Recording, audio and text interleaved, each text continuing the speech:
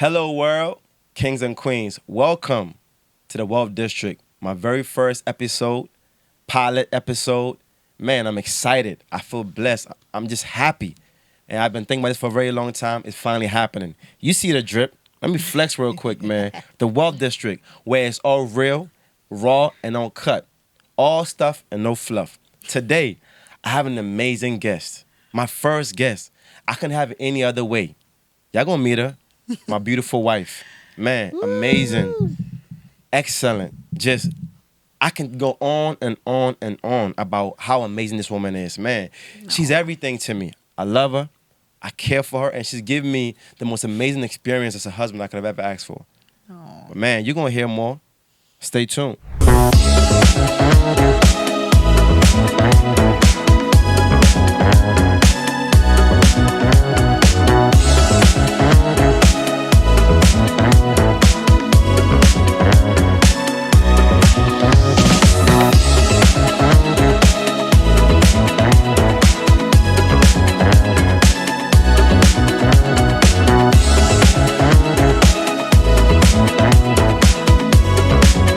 Welcome back, y'all. Wealth District. Your host, Dr. P. You see the drip. It's clean, ain't it? But look, man, like I told you guys before, right? Man, today's my very first episode. I'm so excited, and I feel so overwhelmed and just feel so blessed. I have my very first guest, and I wouldn't have it any other way, man. My amazing wife, my better half. You know, whatever it is, man, like this woman right here is just an amazing human being. Forget about wife in this. She's an amazing human being. I don't know anybody that I've ever met that's have anything bad to say about this woman right here. And like I feel very fortunate. I feel very blessed that God gave me this woman. What does the Bible say? When a man finds a wife, he finds a good thing and he obtains favor from the Lord. And man, has God ever blessed me with this amazing woman? So, Man, what an listen, intro. nah, man, don't blush. You know, listen, man, here at the Wealth District. You know what? You do that every time. And Listen. that's one of the reasons Come why I on, love man. him. Look, here My at the Wealth husband District. speaks so well about me. You know, sometimes when you're talking, I'm like, who's that? That's me. Man, Right. you know I keep it real. Listen, man. Thank you. I appreciate it. Sure. You know, look, here at the Wealth District, like I said, man, I like transparency. You know, you come on here, you gotta be real. You gotta be vulnerable. We didn't try to impress anybody. We just want to be able to give people a lot of value, a lot of material, and just a lot of just day-to-day, how life is, right? It ain't perfect. You know, we bump our heads, whatever it is. But the goal is to show people, they see me, right? They know Dr. P. They know what I do. But a lot of people don't really know who I am as a person. And I think that hopefully this episode kind of just break the shell and kind of just have us, have a real conversation. How you feeling, girl? Absolutely. I'm excited. I'm just. Excel's finest. How you feeling, girl? I'm just in this moment, like we're actually doing this. I know, man. This is amazing. I'm so proud of you. Man, I am appreciate so proud. This Appreciate is your year. We're Appreciate it. We're doing Appreciate it. everything we talked about. So Man, you know, like, remember how we used to kind of go on walks and kind of just talk about all the things we wanted to do and just how to take this thing to the next level and just how passionate I am about helping people and just I wanted to just impact the masses. Yeah. And you also said, babe, man, you should really do this podcast. You should really. I'm like, man, you know, the time is not. But you always just encourage me. Yeah. And I'm telling you, like, you don't know how amazing you have been in my life. You know, I haven't always been the best person. I haven't always been the man I am today. You know, those who people that know me didn't know me. I've had my issues, right, and I've had my stuff, but I felt like being with you, you've changed so much about me that sometimes I don't even recognize the guy that I am today. You know, I feel like I want people to know that the man I am today, this woman right here has a lot to do with that. And like I said, I'm very thankful for you, and just thank God for your life, man, and thank you for putting up with me, you know, and just seeing how things started to where they are now. Yeah. I'm very thankful, you know. So I'm going to be honest. I think you've always been an amazing person. From the moment I met you, I think me being in your life just pulled it out a little bit more. Yeah. You've always been very responsible. You've always been a go-getter. You've always had these qualities that you're talking about. Yeah. So you're a great person. Even your friends from college, everyone talks about you and speaks so highly of you. So I think you already had it in you. It's just, you know, when two people come together, we made an explosion, and God has really been good in our lives and been faithful. So Appreciate it. You know, and one thing you're going to hear a lot about on this episode, and just any episode in general, man, I don't have no fear whatsoever expressing my love for God. And that's for many reasons, right? As I mentioned, I've had my difficulties in my life, right? My upbringing. And I'm telling you, my grandparents instilled, God in my life early on. But I never really took to it, right? I was very like, you know, I was very stubborn. I want to do my own thing. But it wasn't until later in my life where my dad kept, man, son, you need to really get your life. You need to really follow. You need to really listen to God. You need to really, start learning about God. And it's like, it wasn't until I went through a very tough time in my life where I had to give up and surrender, right? And when I surrendered and started learning about God and kind of really begin to pursue God, man, everything about my life changed. Everything. And I'm telling you, I just want people to listen to me right now. I'm not here just giving you fluff. I'm telling you, this is my life. And those that know me, I'm not playing. If you are going through a tough time, even when things are good, tap in. Because I'm telling you, man, when you tap into the spirit, a lot of things happen, right? The challenges don't stop. Life don't stop. But, man, when things get tough, he right there. You feel me? That's our testimony. I think our We've been through some stuff. Yeah. We've been through some stuff. It's funny. I always think, like, when people first start dating, they're dealing with the issues like, you didn't call me back, or why didn't we had other issues, so I feel like our foundation, like, we were dating and we were like, let's hold hands and pray. So I feel like, going through that and just seeing where we're at right now, that's the one thing that's been consistent in our life. We will drop everything and pray, get together really quick, pray and fast, and do what we need to do. So yeah. You're and absolutely right. And I think prayer is such a profound and such a real thing that I feel like everybody should do. Right? Because that's how you connect to God, right? And like I said, man, life ain't perfect, man. Life, there's some challenges, some dark days, right? But I feel like the foundation's always been, you know what? Let me pray, right? God, I know God got me no matter what's going on, right? And like I said, even for you, before you and I even started dating, right?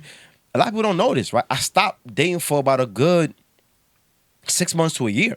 I wasn't really serious about anybody. I want to kind of just focus because for a while, I did it my way, doing my thing, having fun, and kind of just doing my thing, right? But I wasn't really thinking about marriage. It wasn't really crossing my mind, right? But then I realized that, I was, career-wise, I was having a lot of success, but I was still very unhappy, right? Because my spirit wasn't all the way there, And I remember one day I was just like talking to my dad. I was like, Dad, things are going well in my life as far as like on the finance side and just work-wise, but man, I'm still unhappy, and I feel like something is missing, And he said, man, son, go to God, right? And I said, God, man, I've done this my way for a very long time, and it hasn't worked. What do you have for me, And I don't know. Listen, God don't talk to me in my head directly. I just felt it. You know what? I need to kind of take a step back and chill, and let's see what God would do, right? And I felt like you and I met, although I wasn't thinking about settling down and getting married. If I felt like, I don't know what it was, but as time progressed, I could see myself getting married, right? And that's the first time where I felt like, man, I can actually do this marriage thing, right? Before I was like, man, I don't know about this marriage thing, man. I don't know about tying me down, man. But, I was having a good time. I was living my life, right? But I bet. What you mean you bet? Like, what you trying to say, man? No, but it's funny because I think that's the same for me, too. Like, when I met you, it was just like, okay, I need to get my finances together. I need to got a little bit of money come in, tax refund. I want to be able to invest and save this money. And just talking to you, I remember we met at a Starbucks in Bowie, Maryland. And so you're like, where's your pen and paper? And I'm like, oh God, he's serious. So I pull out my notebook, and you just, when you get in your zone, when you start talking about financing, it's almost like it's a different person. You're like, so this is what we're gonna do. I remember we did the needs assessment. And then you followed up with me. You're like, you have 3 different gyms. Why are you paying every month for 3 different gyms? So you really helped me narrow that. But I trusted you so much because, even for the way you spoke to me, you kept talking about God. I remember you stating, you're doing really good at this age where you're at. And I just made a joke. I'm like, if only you knew. Like, I should be way further. But you had no idea. But you were so, welcoming. And then you became like an accountability partner. You would text me, hey, and funny story, I like to tell people this story. So, at first I didn't realize you don't sleep. You would text at like 6 in the morning, like, don't forget to call your credit card and see if you can get an increase. Don't forget to do it. And I'm like, man, I didn't even wait. I'm waking up and I'm like, what is this text about? But now that we're together, I'm like, man, you do that with all your clients. Yeah. You're up at 4, sometimes 3:30. Yeah. Just sending people, I know you're sleeping, but when you wake up, don't forget to do this. Yeah. So, it really speaks on your character. Yeah. I think for me, right, the reason why I'm so passionate about that is I came from very humble beginnings, right? Except my grandparents raised me, right? My mom and dad left to go abroad, and my grandparents raised me. And I saw how we came up, and I've always felt like, man, I want to be the one to change our family tree. I want to be the one to break generational barriers. I want to be the one to be able to just take care of everybody. I've always felt that, even as a child, So the money part of it, I didn't have it, but I had the desire to get it. I had the desire to want to see what it would be like to be able to succeed. Yeah. So for me, when I began to learn about money, and like I said, at the age of 17, somebody sat me down and put me on game. I'm like, man, this is crazy. I've never seen this. So when I learned it, and in the beginning, I couldn't share it because I wasn't confident about it, right? I didn't know. I saw it, but I didn't know it, right? But it wasn't until I started seeing what he showed me begin to actually turn into something. I said, oh, hold up. This thing is actually real. That's when I got my license. Yeah. At 18. I say, look, man, I don't care. I want everybody that's close to me. I want everybody to see this because it can be transformational, right? And that's why when I talk, you sense so much passion because I want to see people do well. Generally do. Because for me, I feel like everybody deserves a chance to live a fruitful life, to live a free life, to live a life where they feel wealthy, where they feel like they could buy things for the kids, they feel like they can do things and travel. Right. And to me, people want to do better. They just don't have the wherewithal, or they don't have the direction to write. And that's why when I speak, it's from experience. I ain't from a book. I live this. So when I talk about it, it's with passion because I can teach you how I got here, right? I'm not all the way there, but where I am, I can still teach you, right? Absolutely. So a lot of times people talk from a book. Book, it's all theory, right? I teach from what I live, right? That's why when I sat down with you, I believe in my core what I'm teaching you was going to help you, right? And I want to ask you this. When we first sat down, my approach with you, right? Like, how did you feel from, maybe you probably sat down with other advisors from the beginning, right? But when you sat down with me, right, you probably see me around, you kind of like, how was that? Like, were you surprised by how, what was your experience? Okay, so I have met with other people. You get a job and you meet with people. I've never met with somebody that explained it the way that you did. And I think that's, as you're talking, and the first time I'm like, man, all this information is going in and it wasn't clicking, but you came up with a plan. You said, okay, this is what we're going to do. And after I shared with you what's important to me, what I wanted to do, you came up with a plan and you're like, just trust me. You're going to see.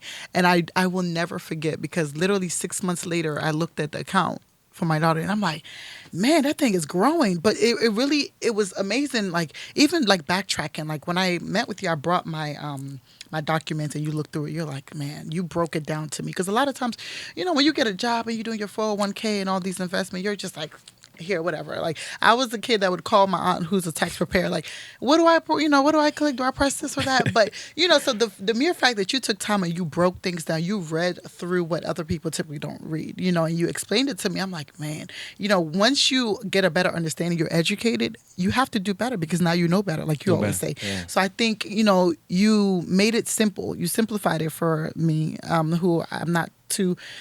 I don't know financing so much, but the way you broke it down made it easier for me to get. And I'm like, okay, well, it only makes sense. Like, let me I have to do it. Yeah. And being where I'm at now and seeing how my credit score, everything, and being married to a financial advisor, I mean, you got to be on top of it. That's so right. My credit is amazing. Investments look good. It's popping. That thing popping. It's popping.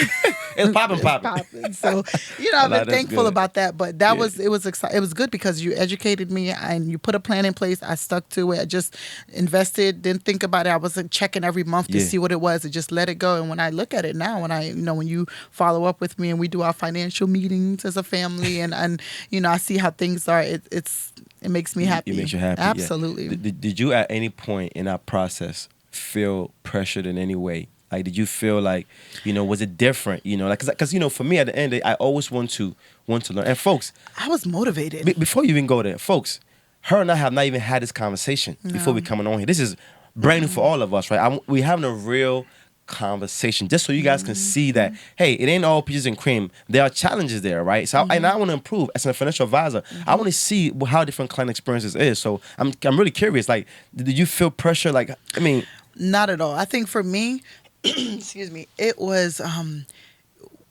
I didn't feel pressured. Sitting down with you was easy. I was motivated. I think a lot of it comes from self-motivation, right? And I I like that, think yeah. when you meet with somebody, when you're, I don't want to say desperate, but when you're going through it enough and you want to change, Yeah. you're like, look, let me know what I need to do to get over here. And I think that's how I saw it, because I was in a place financially where I'm like, man, I'm making this amount. I don't see where my money's going. Yeah. Like, I'm paying this, doing that. And I never, people say they know financing, but you really don't know it until you can lay everything out and Yeah. you look at stuff. Yeah. And I remember Yeah. just looking, like I mentioned, the waste of money going here and not even knowing that you can call your credit card and ask for an increase.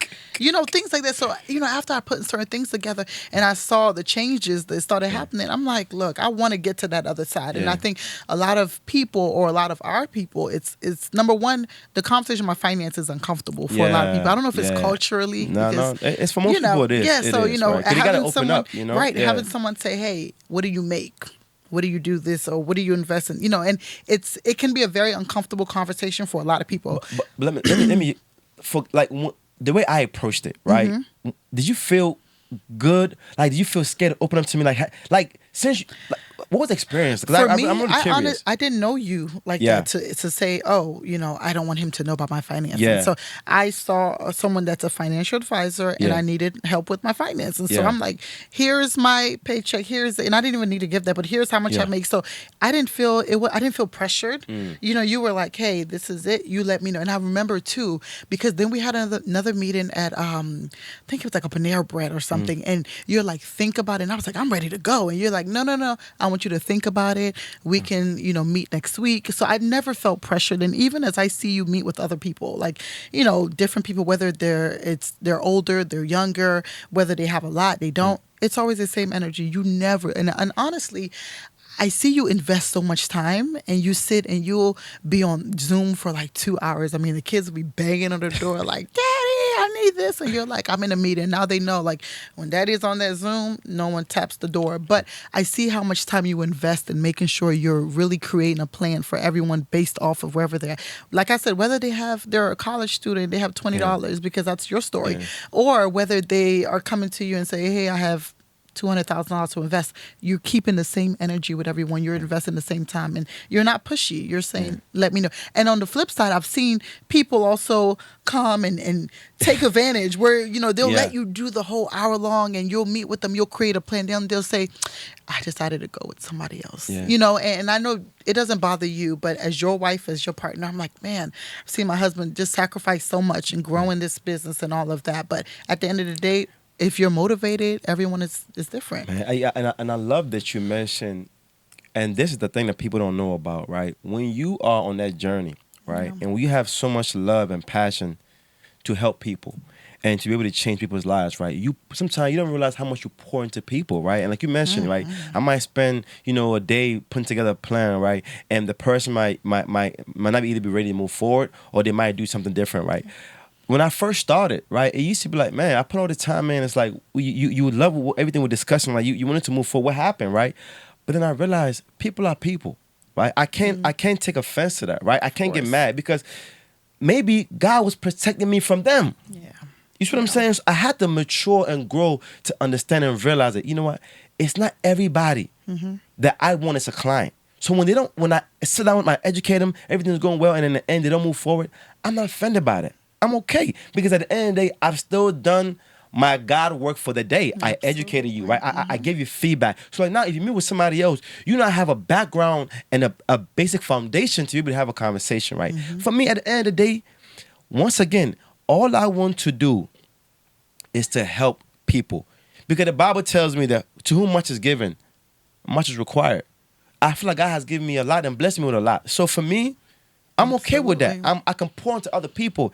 And that's why a lot of time, especially as men, when we give so much and pour so much, sometimes we also need somebody to pour into us as well, right? Absolutely. And this kind of gave me back to our marriage, right? And I tell you all the time, you know, and you mentioned earlier about the kids banging on my door when I'm having meetings, right? How is it, right? You've been an amazing woman, right? You know, working and wanting to work, right? You don't have to, but you want to work, you know, and raising 5 kids. Like, how is that? Like having a husband like myself where I could be very hard-headed. I'm not going to lie, right? And sometimes I know I get on your nerves. But sometimes, you know, just the way I grew up, right? Yeah. You know, I'm not super affectionate. I had to learn that from you. Right? And you call some of my friends, but like, what's wrong with this guy? Because, you know, how I grew up, I didn't learn affection.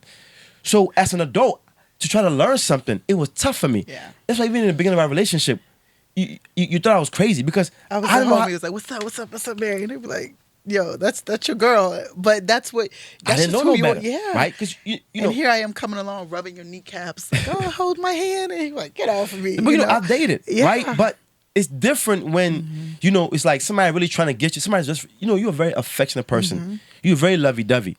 I'm the complete opposite, right? So when I see that, it's like, dang, like I gotta try to match the energy, man. And now you have the most lovey-dovey kids ever. Kids, man. They always want kisses. They want to grab your cheeks, and yeah. So how is it? They trying to turn me into mush. you're mush, them girl. That's why God gave you 4 girls, because you are very mush. They love their hugs and kisses. But to answer your question, I think what makes it easy for me is the partnership that we have. And one thing I love and appreciate about you, man, there's nothing that you won't do to help. And I think that, you know, sometimes I talk to my girls and also so other people that are married, and I'm like, man, my husband, I feel like we're constantly trying to, you know, overdo each other. Like, oh, you got a meeting today, let me take the kids out. Or, oh, babe, I know you had a long day, let me take them on a walk. Or, you know, just give me a chance to just either sit and just be by myself or get something done. You know, I think we're constantly trying to see, what can I do to make your day better? Or, you know, and something you've been consistent with is checking on me. I mean, you know, people say after like years of being married, it just becomes like, oh, hey, you know, going to work, take care. You will text me, how's your day when I get home, when we're laying in bed, you know, what was the highlight of your day? And these are conversations that people say later on in their marriage, like they kind of just let go of. And I think you've been consistent with staying on top of that. And that makes me feel valued a lot too, or heard. And I think with the kids, especially with the twins, I mean, I've seen you in your different roles as a dad. You know, Michaela, JJ, everybody. But with the twins, I really saw the sacrifice. Like seeing you come and take one twin, put them to sleep, change their diaper, feed them, lay them back down, and get the other one just so I can stay asleep. Yeah. You know, and that's major. And just seeing you helping with dishes and wherever there's nothing, you know, watching you do bath time, and you know, I always laugh. And if people could see what our bath routine looks like with 4 kids, man, with the 4 littles, I should say, it's like we're running a train. Take clothes off, hand to daddy shower, give it back, lotion. But we work together as a team, and I think I never feel like I'm in it by myself. So it really makes it easy. But you know, I also feel like it's time for us to really push and support you, because you have made a lot of sacrifices, especially having kids back to back, you know, even with traveling for your job and just every decision and going full time. And I feel like right now is a time, you know, the twins are getting ready to start school. So we're going to have a little bit more time. I'm ready to fully push and support you to just do this. But it's been a blessing. That meant a lot to me. Absolutely. You know, I it's feel your like, time, like I said, baby. sometimes as men, you know, we pour, we give, we pour. We have to be the rock. We have to be the foundation. We have to be the backbone, right? That's why it says a lot of men die from quiet desperation, right? And that's why for me, a lot of times, you know, I'll tell you, hey, babe, I need my time, right? And I'll get away from you guys and kind of just get in my zone and kind of just think, because I need to be able to rebuild my strength, right? And for me, I love, like I said, before I did it, I thought that, man, being a husband is just going to make my life like, man, what's going on? I can't have fun. Yeah. But man, being married, I'm having even more fun.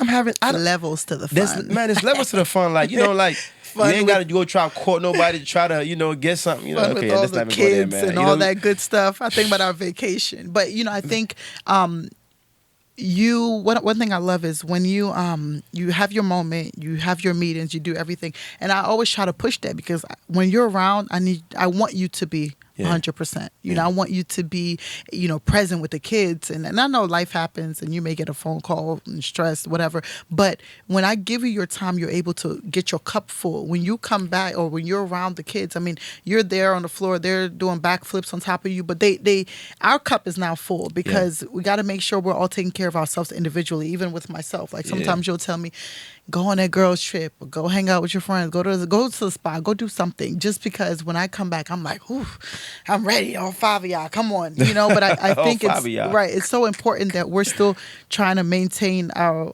individual lives and still work as a good unit. Yeah, you know, I love the travel. Man. Certain things we haven't changed because we have a large family. The thing, though, right? That I think I love so much about you is that you have certain values that you grew up with. And you still maintain them, right? You know, as far as making time for the family to travel, making time for you and I to travel. You know, as a man, you know, I always just want to kind of just grind. But you kind of calm that down with those travels. But like I said, babe, we can go on and on and on and talk. Like I said, look, I promise you. You promise. This conversation, so this conversation, it needs to go on because people need to hear what it is to be married and to go through the struggles and the tough times and how to work together as a couple, right? Absolutely. So definitely I'm going to bring you back. You want to come back, by the way? I'm all right. Look, I'm ready. I'm comfortable. Hey. This is so pretty and it's so nice. That, I can't wait. I like to talk. How do you like for my first show? How'd I do? You did amazing. I'm so proud. Appreciate so it, man. You know, proud. I tried, man. I'm looking at you just like, wow, look at you doing what we talked about. Man, I tried, man. We used to go on these long walks. My husband's a walker and he'd be like, baby, you want to go on a walk? And I'm like, I don't, but I know it's good for our relationship. Yeah, that's how cool, right? Walking 4 miles and I'm out of breath. He's like, yeah, that's what I'm thinking. It's my goal. And I'm like, but I know to go from there to here, I am so proud of you. This is a blessing. I'm proud of you. Ladies and gentlemen, kings and queens, it's the first episode at the Wealth District. Like I said before, I'm your host, Dr. P, a.k.a. Caddy Pizzle, a.k.a. Prince. But on a serious note, man, I love what I do. Financial advisor.